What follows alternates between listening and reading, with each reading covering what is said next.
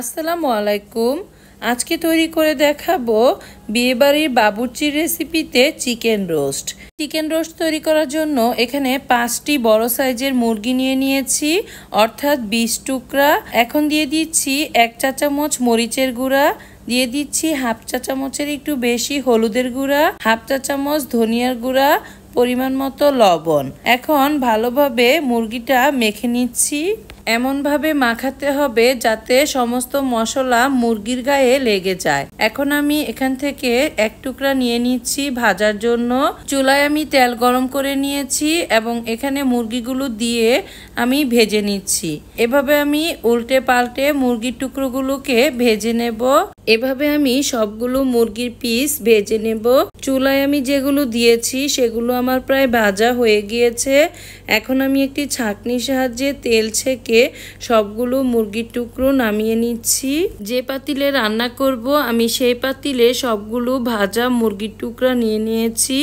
এখানে দিয়ে দিচ্ছি 2 কাপ পেঁয়াজ বেরেস্তা, হাফ কাপ কাঁচামরিচ বাটা, 3 টেবিল চামচ বাদাম বাটা, 3 টেবিল চামচ আদা রসুন বাটা, হাফ টেবিল চামচ লাল মরিচের গুঁড়া, পরিমাণ মতো লবণ, দিয়ে দিচ্ছি কয়েক টুকরো দারচিনি ও এলাচ। এখন দিয়ে দিব 3 টেবিল চামচ টমেটো সস, দিয়ে দিচ্ছি হাফ কাপ টক দই, সবশেষে দিয়ে দিচ্ছি রাঁধুনি রোস্ট মশলা 1 প্যাকেট।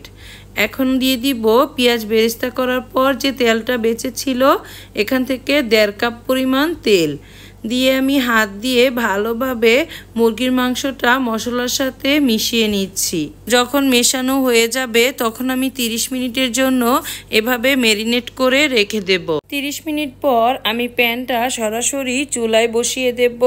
চুলায় যখন কিছুটা গরম হয়ে আসবে তখন আমি এখানে দিয়ে দিব পরিমাণ মতো পানি।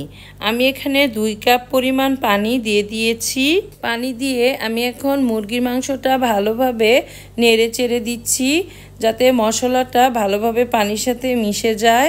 এভাবে আমি 10 মিনিটের মতো রান্না করে নেব। চুলার আঁচটা এই অবস্থায় অবশ্যই হাই ফ্লেমে থাকবে। এখন আমি এখানে দিয়ে দিয়েছি 1 কাপ লিকুইড দুধ।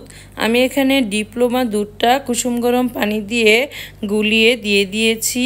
চুলার আঁচটা মিডিয়াম হাই ফ্লেমে রেখে মাংসটা রান্না করে নিচ্ছি। দিয়ে দিচ্ছি 3 টেবিল চামচ পরিমাণ টোস্ট বিস্কিটের গুঁড়া। এখন নেড়ে চেড়ে ভালোভাবে মিশিয়ে দিচ্ছি। এখানে টোস্ট বিস্কিটের পরিবর্তে মাওয়া ব্যবহার করা যাবে। এখন দিয়ে দিচ্ছি আলু বুকরা। এখানে আমি 10-12টি আলু বুকরা দিয়েছি। দিয়ে দিচ্ছি 15 থেকে 20টি কিশমিশ। এখন দিয়ে দিব 1 চা চামচ কেওড়া জল। এখন আমি দিয়ে দিচ্ছি 2 টেবিল চামচ ঘি। এখন নেড়ে চেড়ে ভালোভাবে মিশিয়ে নিচ্ছি। সবশেষে দিয়ে দিচ্ছি 1/4 চা চামচ গরম মশলার গুঁড়া। এখন দিয়ে দিব পেঁয়াজ বেরেস্তা। এখন 5 মিনিটের জন্য ঢাকনা দিয়ে ঢেকে রাখবো। 5 মিনিট পর ঢাকনা খুলে দেখিয়ে দিচ্ছি রোস্টটা কেমন হয়েছে। রেসিপিটি ভালো লাগলে অবশ্যই বাসায় ট্রাই করবেন। আল্লাহ হাফেজ।